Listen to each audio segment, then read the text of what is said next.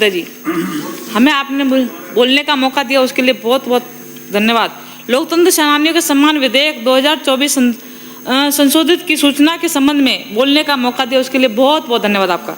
माननीय सभापति महोदय, सर्वप्रथम लोकतंत्र सेनानियों के स्वतंत्र सेनानियों के दर्जा देते हुए उनकी तरह आप सम्मानित अतिरिक्त और अन्य सुविधाएं भी देनी चाहिए।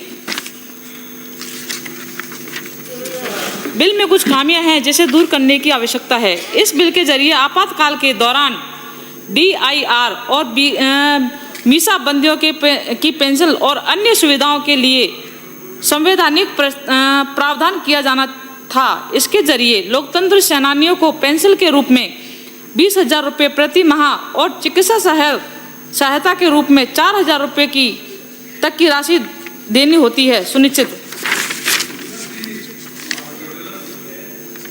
जिसमें प्रमुख खामियां यह थी कि लोकतंत्र सेनानी सम्मान निधि नियम 2008 से संशोधित हुआ था, जिसके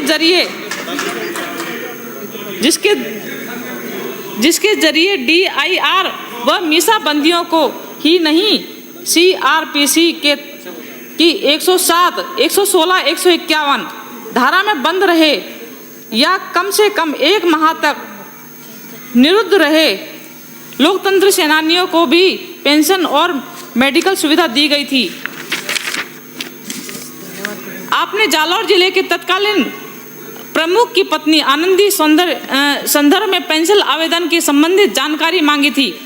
राजस्थान सरकार में पेंशन नियमों के अनुसार सेवा के दौरान मृत्यु होने पर मृतक कर्मचारी के परिवार की पारिवारिक पेंशन के प्रावधान हैं।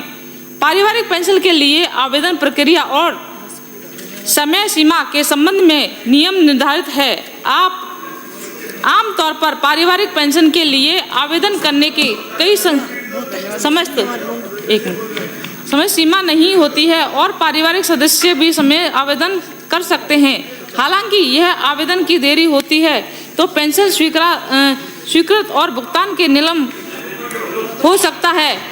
कुछ मामलों में यदि मृत्यु के बाद 90 दिनों के भीतर आवेदन की जन्म जानने के लिए आवेदन 90 दिन के अंदर बाहर भी कम से कम 6 महीने तक का होना जरूरी है।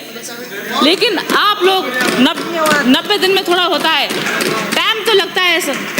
तो आपसे निवेदन है कि इसका अवधि बढ़ा के ताकि लोगों को पेंशन मिल सके। धन्यवाद बहुत बहुत।